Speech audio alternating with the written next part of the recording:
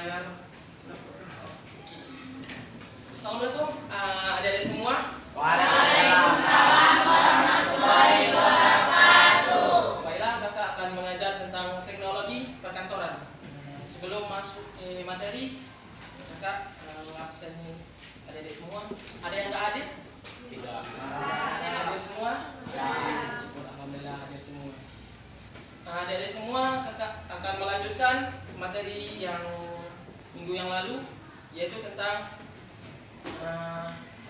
peran tentang KD 3.7, yaitu peran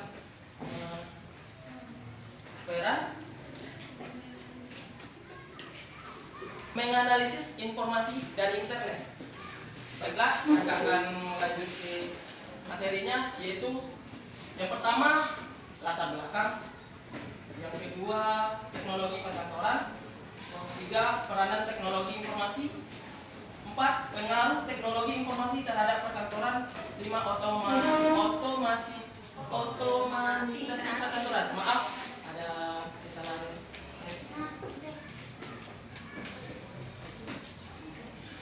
Yang pertama itu latar belakang.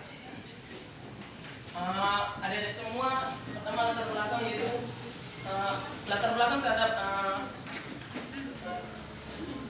terhadap materi ini. Pertama yaitu manajemen perkantoran adalah rangkaian aktivitas perencanaan, perorganisasian, mengarahkan, mengawasi dan mengendalikan hingga menyelenggarakan terhadap suatu hal yang berjalan tertib. Jadi dalam kantor itu komunikasi atau dari internet itu dalam suatu kantor, jadi internet itu sangat berguna untuk penyelenggaraan terhadap suatu ketertiban dalam kantor tersebut. Jadi internet itu sangat membantu dalam hal perkantoran. Itu ada 3 komponen dalam teknologi komunikasi dalam suatu kantor: mikroelektronik atau telekomunikasi. Kalau komputer tak asing lagi di telinga kita, pasti semua orang tahu, yaitu komputer. Itu suatu alat untuk menunjang kesuksesan dalam suatu kantor, menunjang pekerjaannya supaya waktunya sedemikian mungkin terlaksana atau mengefisienkan waktunya. Itu untuk komputer, yaitu mikroelektronik. Jadi hal-hal yang berhubungan dengan elektronik dalam kantor itu, contohnya video atau kamera dalam kantor itu alat penunjangnya. Yang selanjutnya telekomunikasi. Dalam kantor yang besar, kalau tidak ada alat komunikasi, misalnya dalam kantor yang besar dari tingkat dasar sampai lantai ke-24, kalau nggak ada alat komunikasi bagaimana? Turun tangga naik lagi, turun lift naik lagi, nggak mungkin. Makanya dibutuhkan suatu alat yang namanya komunikasi, yaitu berupa telepon banyak macamnya, ada berupa satu arah, telepon 2 arah yang dalam kantor tersebut. Udah pernah lihat adik-adik semua? Nggak mungkin dalam sebuah perkantoran yang besar itu tidak menggunakan alat komunikasi, adik-adik semua. Oke, lanjut materinya. Bisa dipahami? Bisa. Oke, adik-adik semua. Lanjut, yaitu peran teknologi informasi. Yang pertama yaitu pengenalan surat dan pembuatan laporan. Jadi peran teknologi informasi dalam kantor itu pertama pengenalan surat dan membuat laporan. Membuat surat itu banyak macamnya. Dalam bentuk surat ada bentuk Word, ada bentuk Excel, ini nama parka. Jadi dalam bentuk itu dalam bentuk untuk melaporkan suatu hal dalam perkantoran tersebut. Yang selanjutnya yaitu komunikasi perkantoran. Kembali lagi ke materi yang tadi, komunikasi perkantoran. Jadi udah bisa dipahami komunikasi perkantoran tadi kan, Adek? Suatu kantor tidak mungkin nggak ada komunikasinya, yaitu pengiriman surat. Kalau zaman dulu pengiriman surat menggunakan pos, berarti ada pos kan? Kalau zaman sekarang pengiriman surat dalam perusahaan yang besar-besar itu bisa menggunakan surat elektronik,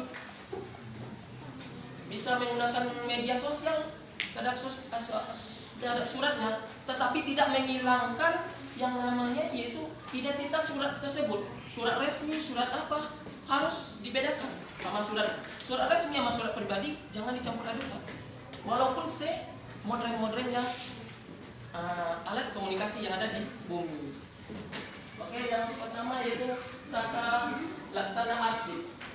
Jadi dalam penanganan teknologi informasi, kalau dulu arsip surat itu banyak surat, jadi dikumpulkan dalam suatu box surat atau dalam kalender itu atau dalam lemari surat. Tetapi kalau perkembangan zaman semakin maju zaman, orang menggunakan arsip surat bisa menggunakan suatu alat yang disebut dengan memori.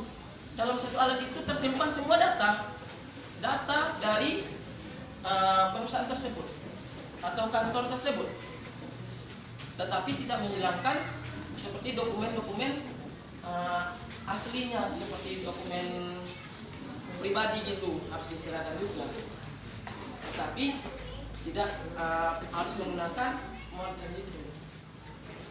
Bisa dipahami? Bisa. Oke, lanjut ya deh semua.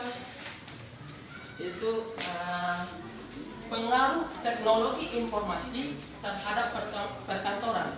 Pengaruhnya teknologi ini sangat pesat ya deh semua.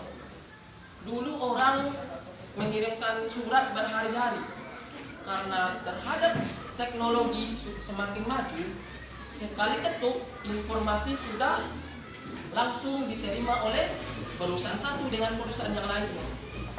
Yang pertama yaitu implikasi umum atau aspek sosial, ekonomi dan sebagainya. Yang kakak bilang tadi, kalau misalnya semakin cepat komunikasi dalam suatu kantor itu, maka pergerakan perekonomian dari perkantoran itu semakin cepat. Yang kedua yaitu implementasi terhadap karyawan kantor. Semakin canggih teknologi perkantoran tersebut, semakin mantap, semakin mantap pula karyawan tersebut.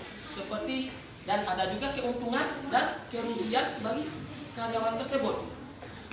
Keuntungan bagi karyawan terhadap teknologi perkantoran sebagai berikut, yaitu keuntungannya pertama, efisien atau waktu pekerjaan itu lebih cepat atau tepat pada waktunya. Kalau kerugiannya yaitu sebagian dari dunia kerja sudah disadap oleh hal teknologi atau alat-alat canggih atau informasi atau hal-hal yang lainnya, sehingga tenaga kerja tidak begitu. Misalnya ada suatu di perkantoran sudah diambil alih oleh digital, tidak memerlukan orang lagi. Seperti maaf cakap, orang yang sekitar di tol, orang dulu bayar tol, sekarang udah elektronik. Seperti itulah dalam perkantoran. Kalau semakin teknologi semakin canggih, maka peran manusia akan semakin tipis. Tetapi keuntungannya efisien kerja dalam suatu perkantoran itu lebih cepat. Gitu. Yang selanjutnya yaitu otomatisasi perkantoran. Itu merupakan sebuah rencana atau menggabungkan teknologi tinggi melalui perbaikan proses pelaksanaan pekerjaan demi meningkatkan produksi pekerjaan. Yang menggunakan otomatisasi perkantoran ini ialah manajer, sekretaris atau pegawai administrasi. Tujuannya yaitu memanfaatkan waktu yang efisien mungkin atas uang, tenaga kerja, material, waktu. Yang kedua yaitu memelihara kecepatan dan ketepatan prosedur kerja. Ketiga itu meningkatkan produksi dalam suatu perusahaan tersebut. Aplikasi dalam otomatisasi perkantoran yaitu pengelolaan data, surat elektronik, posmal, kalender elektronik, konferensi audio, konferensi video, konferensi komputer, transaksi primal, videotek, desktop, publishing. Gitu deh. Dari kakak sampaikan semua bisa dipahami terhadap materi ini? Oke. Adik-adik semua, kalau bisa memahaminya, kakak berharap adik-adik semua mengerti yang kakak sampaikan. Kita akhiri dulu perjumpaan kita hari ini. Kalau ada salah